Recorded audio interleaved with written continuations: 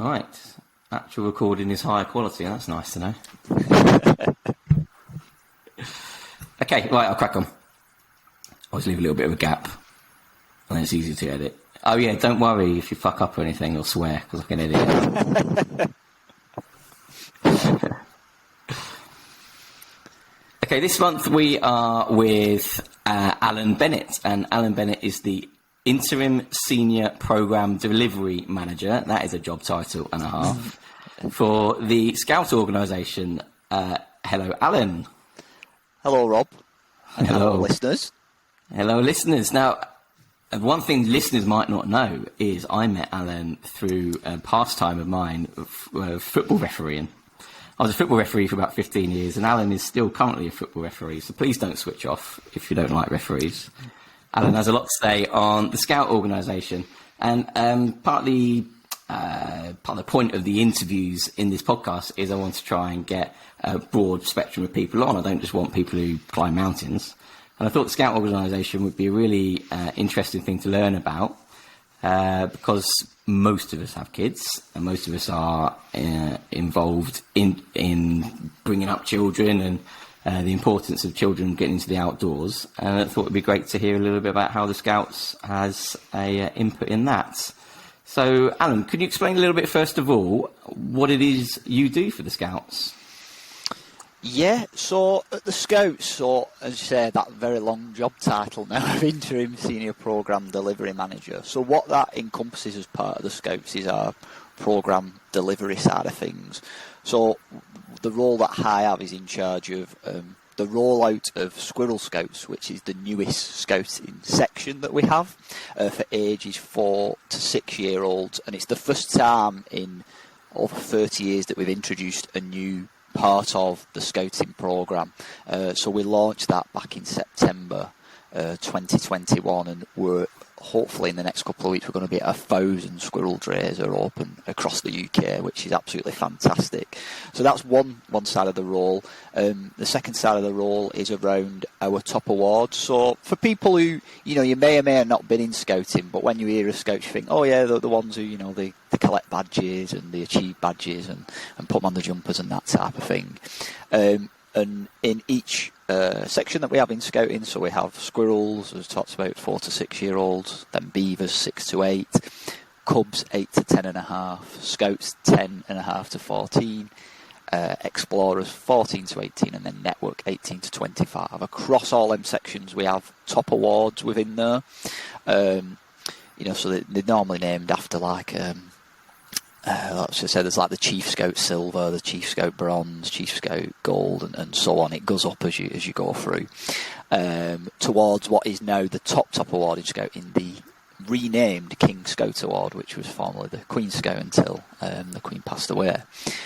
So our team are responsible for the delivery around top awards. We also have something called Community Impact, which is our social action aspect of our programme in Scouting. And we have partners from loads of different organisations. It's called the Million Hands partnership that we have, and there's a number of different organisations in there. And these organisations are selected by young people as to what they feel are the key issues in society that Scouting can have an impact on. So, whether that's sort of food banks, clean water, emergency aid, dementia, a variety of different things within society. So again, our team looks after the community impact side.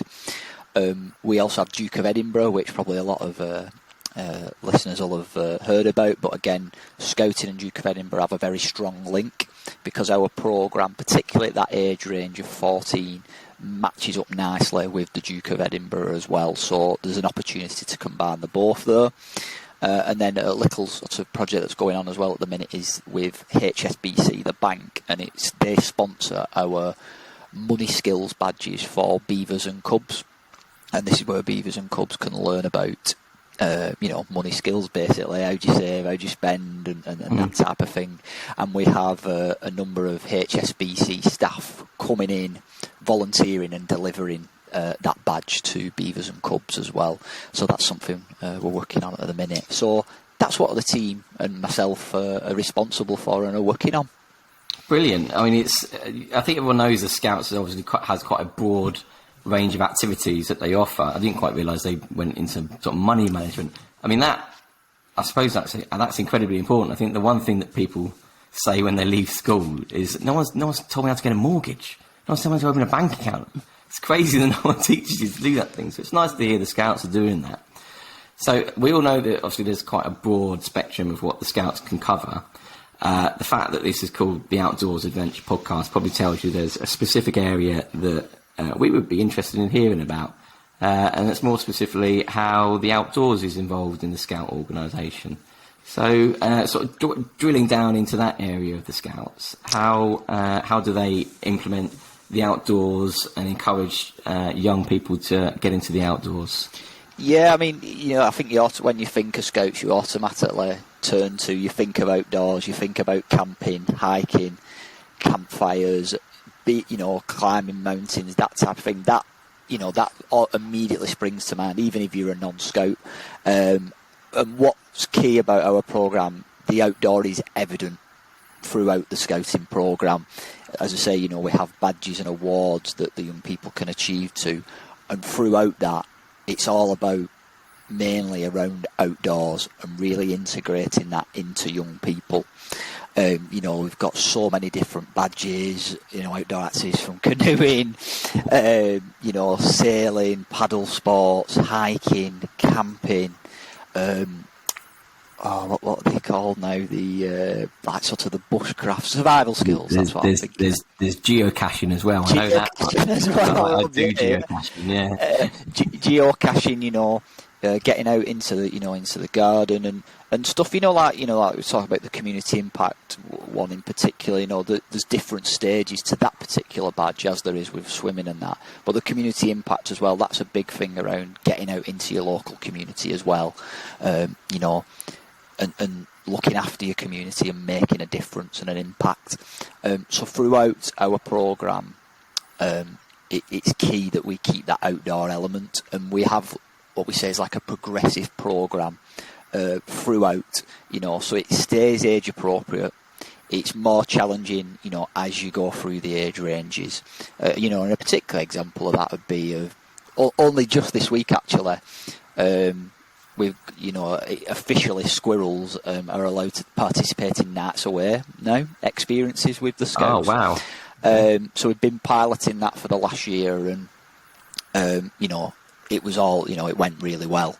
And again, it's really key that people need to feel comfortable with that, and the young person needs to as well.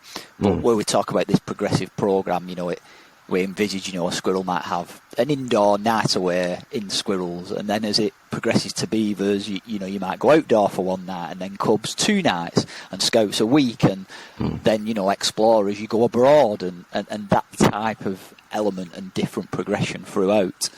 And as as you've touched upon, Rob, as you get to scouts and explorer age, you will do different activities as well, from coding, but keeping that outdoor element, as we say, with like survival skills, going on week-long camps, or even 2-3 week camps, as we've got with our World Scout Jamboree taking place in the summer. Oh, fantastic. It sounds like you've got such a broad variety of things you can do outdoors. And I was just saying before we started recording, I actually volunteered for the squirrel dray round the corner for me with my little boy for a couple of months. And I must say, when I was getting encouraged to plan activities, they were really, it's one of those organisations, when you sort of sit there and think of all the red tape and bureaucracy that goes on in a lot of organisations these days. I remember the people who ran the local organisation to me, all they ever said was, they didn't care about anything else, all they ever said was, just make it fun. It's all about fun. That's what we're here for. It's not about sort of being too serious about yourself or anything like that. Let's just make sure the kids have fun. And it's so nice to hear that when you hear so many things of, let's have fun, but let's write a risk assessment of how we're going to make sure that we can have fun in a risk-assessed way. And obviously that still happens, but the main element was all about the children having fun, which is fantastic to hear. And so you talk about the squirrel dray sort of getting time away and being able to go away for a night and things like that. What sort of activities would they exactly get up to, from sort of squirrels up to scouts, when they go on sort of camp, I suppose, is what you would historically think of it? Yeah, there's such a wide variety of activities they can get involved in, and that, are not really sometimes on your doorstep, such things like, grass sledging, climbing and abseiling, shooting, archery, doing various different trails and hikes, caving, there's different assault courses, and just being in them outdoors. And for me, there's nothing better of an evening being with your friends, no technology around, and just sat round the fire having the chat. You can't beat that, and that's one of the great things I really feel around scouting in the residentials that brings. And I must say as well, we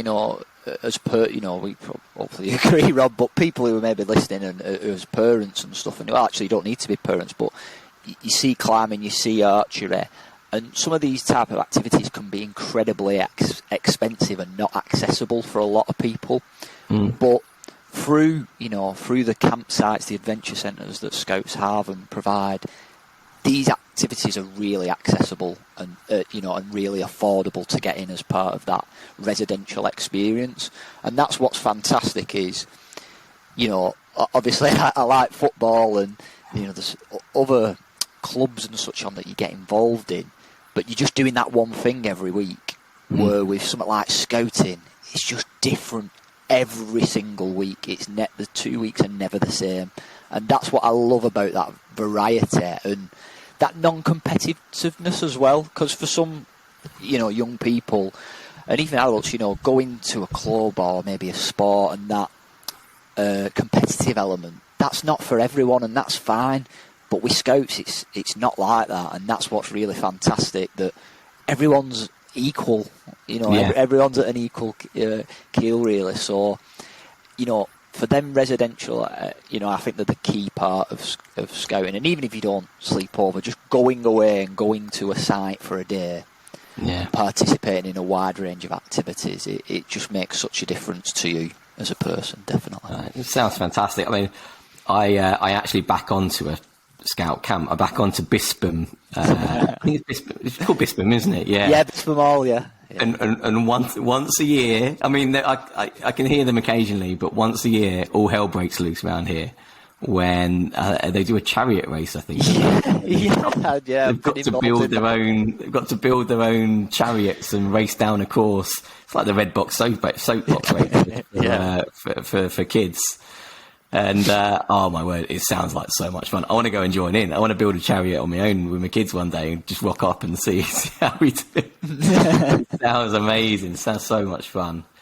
So in the introduction to this, I would have spoken a little bit about how we're going to talk about sort of the mental health benefits of this. And it's a subject I could potentially get quite passionate about. I think we do a lot of things wrong as a society. And I'm going to have a little bit of a monologue now, so bear with me, because in the research to this, I sort of want to point it down the route of how this benefits children, and it was shocked at some of the stuff that I found.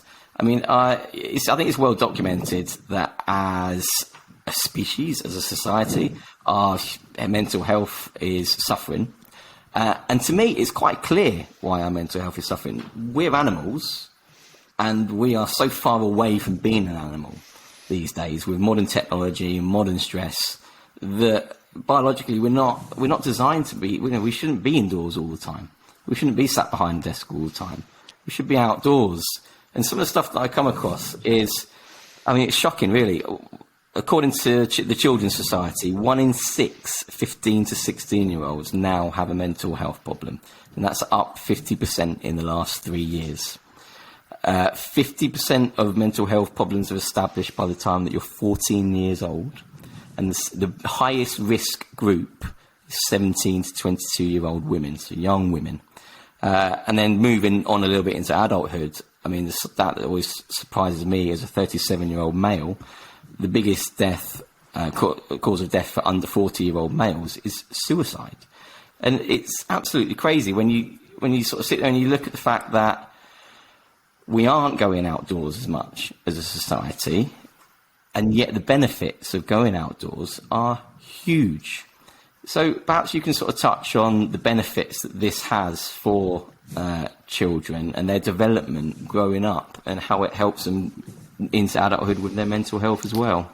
Yeah, some shocking stats really into the Rob, to hear, they're difficult to hear, and that's where I think scouting can play a big societal part really. I've always believed this, and there was a study a couple of years ago, I think it was University of Edinburgh or Glasgow, it was up in Scotland anyway, and it was around a group of more senior people in age, and they did a bit of research with them, and they found that you're 35% more likely to have better mental health at 50 if you've been a scout or a guide. And you might be able to get this up on YouTube. No. There's a bit of a BBC feature on it, wow. Actually. And it just really showcased. It just really showcased, and they were, they had them around the table talking about it. But the importance of having that connection young, and then that giving you better mental health, once you got to 50, really. And I then flipped that, to some more of the question you were asking, Rob. When I think it was over 4 years ago, when we started looking into piloting scouting for 4 and 5 year olds. So at the time, the pilot was called hedgehogs. It then became squirrels. Oh, okay. It's another story for another day. And one of the big things was that, and you've probably seen it in this past week if people have been watching the news with the Princess of Wales. I keep wanting to say the Duchess of Cambridge, but it's not that anymore. The Princess of Wales and her campaign that she launched about early years as well.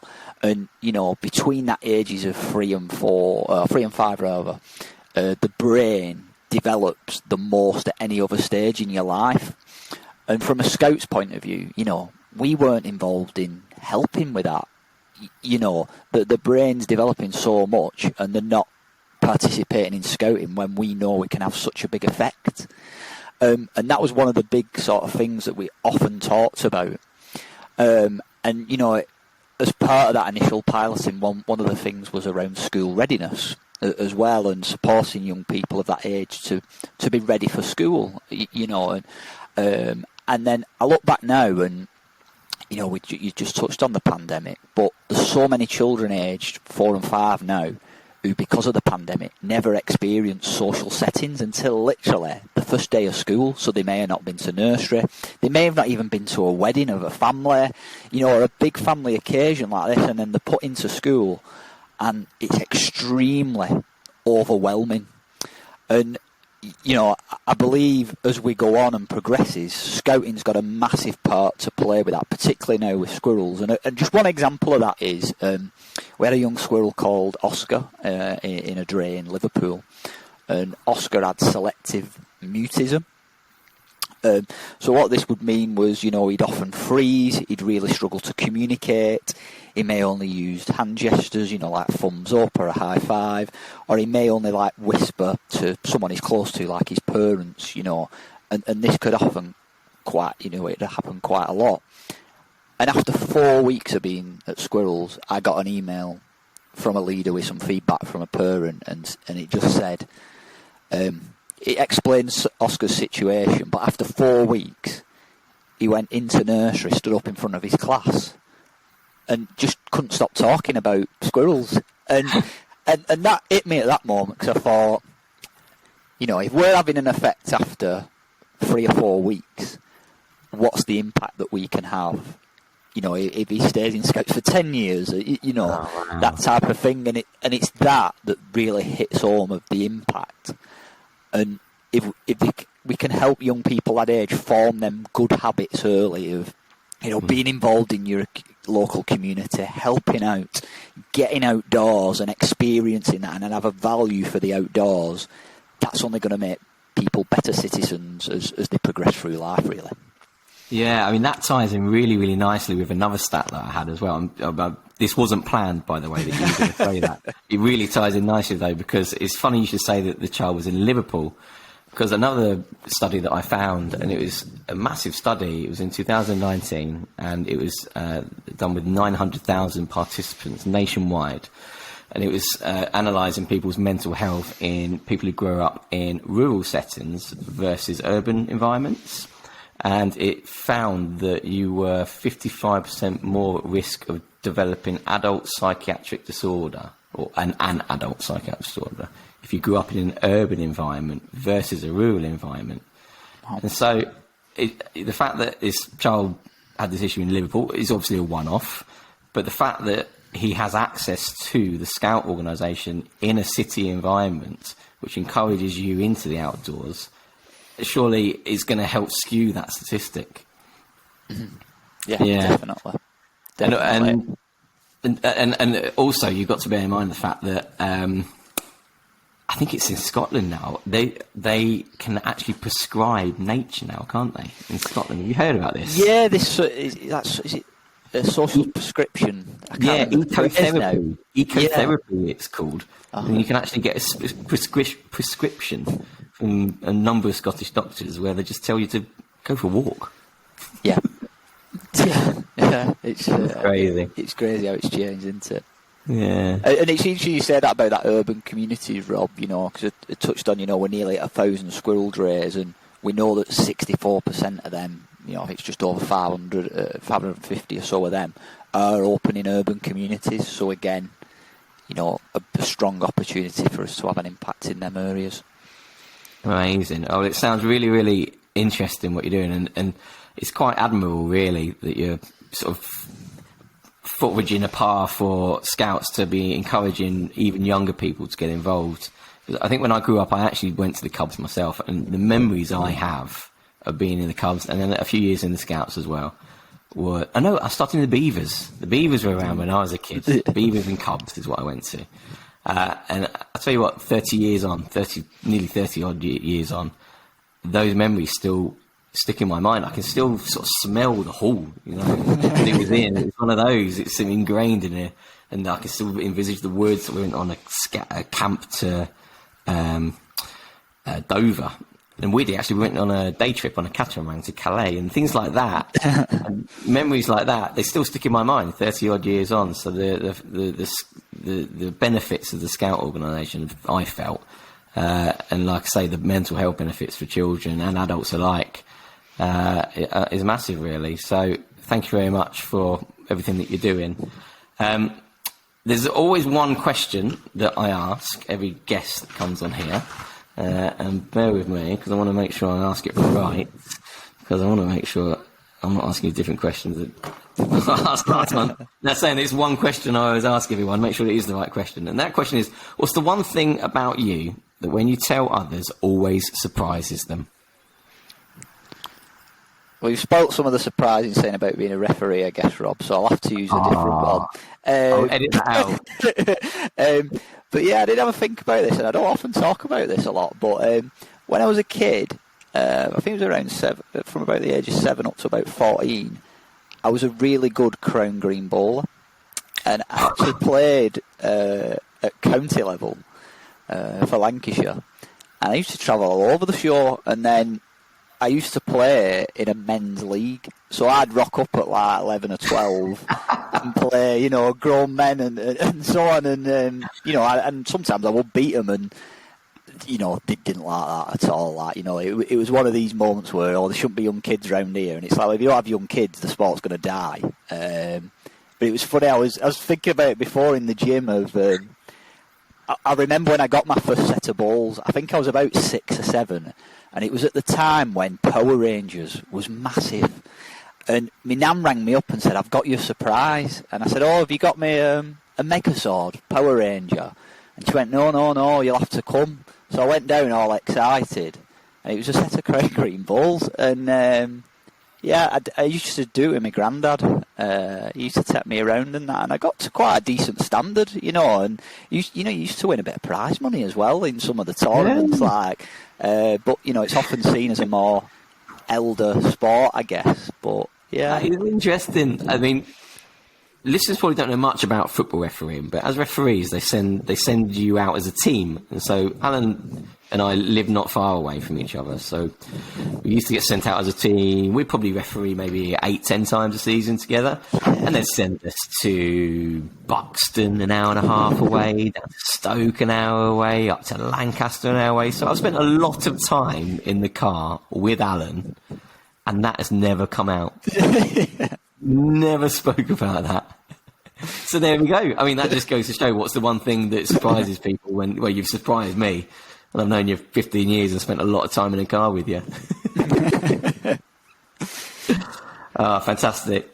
Well, thank you very much. Is there, while you're on, if anyone wants to get their children involved in the Scouts, or if they want to volunteer perhaps, or get involved a bit more into the Scout organisation, or contact you indeed, what's sort of the best way to go about that?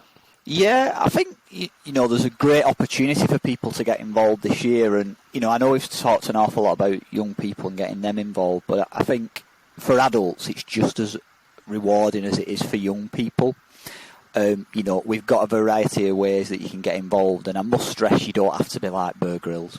You really don't. We have, stuff that, even if you don't like kids, there's stuff behind the scenes that people can get involved with. And, we're going to hear a lot more about this in the coming months. But obviously we've got the King's coronation coming up.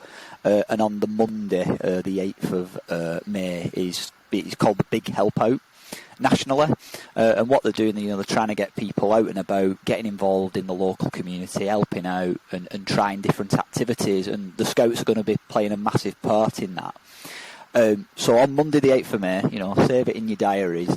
Up and down your communities, there's going to be Scouts out and about, and it's a great opportunity for you to come and give it a go and see what you think, really. And, it changes lives. I was a young, beaver. I started in the Beavers and worked all my way through up scouting. I didn't think I'd end up in a job with it. I really didn't. That's not how it works. If you're a good scout, you get a job. It's really not like that. But it does open doors. It really, really can change your life, and it saved me an awful lot when I was a young kid. So this is a great opportunity, and if I've really sold that really well, and you can't wait till then, get on our website scouts.org.uk, and you can find your local group, and there's for your child and for yourself, there's loads of different opportunities.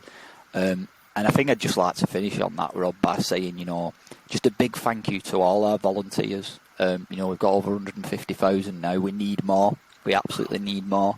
But just a big thank you for all the time that they give each and every week to give Skills for Life to young people, because without them, we'd be nothing. Fantastic. Well, I think that's a brilliant way to end. So thank you very much for your time. Thank you.